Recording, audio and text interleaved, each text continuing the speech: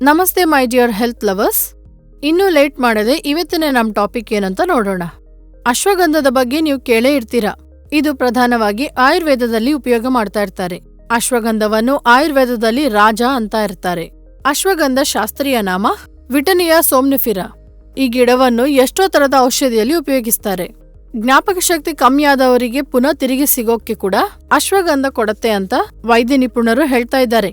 ಅಶ್ವಗಂಧ ಪ್ರಕೃತಿ ಪ್ರಸಾದಿಸಿದಂತ ವರ ಅಂತ. ಇದು ಎಷ್ಟೋ ತರದ ಶಾರೀರಿಕ ಮತ್ತು ಮಾನಸಿಕ ರುಗ್ಮತೆಯನ್ನು ಕಮ್ಮಿ ಮಾಡುತ್ತೆ ಅಂತ. ಇನ್ನು ಅಶ್ವಗಂಧದಿಂದ ಸಿಗುವಂತ ಪ್ರಯೋಜನಗಳು ಏನು ಅನ್ನೋದನ್ನ ಈಗ ನೋಡೋಣ. ಅಶ್ವಗಂಧದಿಂದ ಅಶ್ವಗಂಧ ಚೂರ್ಣ, ಅಶ್ವಗಂಧ ಲೇಹ್ಯ, ಅಶ್ವಗಂಧಾರಿಷ್ಟ ಅಂತ 3 ತರದಲ್ಲಿ ತಯಾರು ಮಾಡ್ತಾರೆ.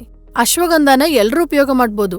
ಇದು ಮಾನಸಿಕ ಸ್ಟ್ರೆಸ್ ನ ಕಮ್ಮಿ ಮಾಡತ್ತೆ, ರೋಗ ನಿರೋಧಕ ಶಕ್ತಿನ ಬೆಳೆಸಿ ನರಕ್ಕೆ ಕಂಡರಕ್ಕೆ ಬಲವನ್ನು ಕೊಡತ್ತೆ, ವಾತ ಕಫ ಲೋಪವನ್ನು ಸರಿ ಮಾಡತ್ತೆ, ಆಮೇಲೆ ಮೈಯಲ್ಲಿ ತರತರದ ಕಣಗಳನ್ನ ಸರಿ ಮಾಡೋಕೆ ಸಹಾಯವಾಗತ್ತೆ.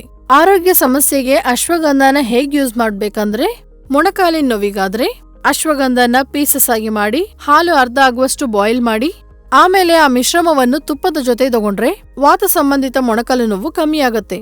ಒಳ್ಳೆಯ ನಿದ್ರೆಗಾಗಿ ಆದ್ರೆ, ಮಾನಸಿಕ ಸ್ಟ್ರೆಸ್ ನಿಂದ ರಾತ್ರಿ ನಿದ್ರೆಗೆ ಸಮಸ್ಯೆ ಇದ್ದವರಾದ್ರೆ ಅಶ್ವಗಂಧ ಪುಡಿನ ತುಪ್ಪ ಸಕ್ಕರೆ ಹಾಲಲ್ಲಿ ಮಿಕ್ಸ್ ಮಾಡಿ ಮಲಕೊಳ್ಳುವ ಮುಂಚೆ ತಗೊಂಡ್ರೆ ಒಳ್ಳೆಯ ನಿದ್ರೆ ಬರುತ್ತೆ.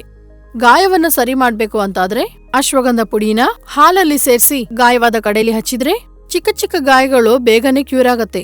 ಹಾರ್ಟ್ ರಿಲೇಟೆಡ್ ಪ್ರಾಬ್ಲಮ್ಸ್ಗಾದ್ರೆ ಅಶ್ವಗಂಧ ಬ್ಲಡ್ ಪ್ರೆಷರ್ನ ನಿಯಂತ್ರಿಸೋ ಮತ್ತು ಹಾರ್ಟ್ ರೇಟ್ನ ನಿಯಂತ್ರಿಸೋ ಲಕ್ಷಣಗಳನ್ನ ಕಲಿಗಿರತ್ತೆ.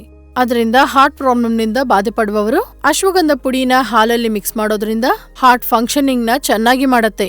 ಚರ್ಮ ಸೌಂದರ್ಯಕ್ಕಾಗಿ ಆದ್ರೆ ಅಶ್ವಗಂಧ ಪುಡಿನ ಹಾಲಲ್ಲಿ ಮಿಕ್ಸ್ ಮಾಡಿ ಮುಖಕ್ಕೆ ಹಚ್ಚಿದ್ರೆ ಸ್ವಲ್ಪ ಹೊತ್ತಿನ ನಂತರ ನೀರ್ನಲ್ಲಿ ವಾಶ್ ಮಾಡಿದ್ರೆ ಮುಖ ಸುಂದರವಾಗಿರುತ್ತೆ.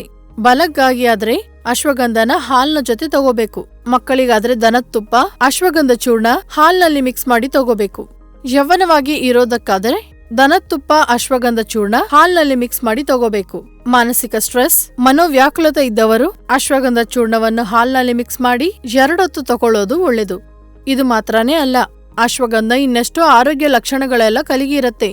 ಸಂತಾನ ಪ್ರಾಪ್ತಿಗೆ ಗಂಡಸರಿಗೆ ಅಶ್ವಗಂಧ ಕೆಲ್ಸಕ್ ಬರತ್ತೆ. ಅದ್ಕೇನೆ ಅಶ್ವಗಂಧ ಆಯುರ್ವೇದಕ್ಕೆ ರಾಜ ಆಗ್ಬಿಡ್ತು. ಗಮನಿಸಿ, ಈ ವಿಡಿಯೋದಲ್ಲಿ ಕೊಟ್ಟಿರುವಂತ ಸಮಾಚಾರ ಯಾವುದೇ ವೈದ್ಯ ಚಿಕಿತ್ಸೆಗೆ ಪ್ರತ್ಯಾಮ್ನಾಯ ಅಲ್ಲ.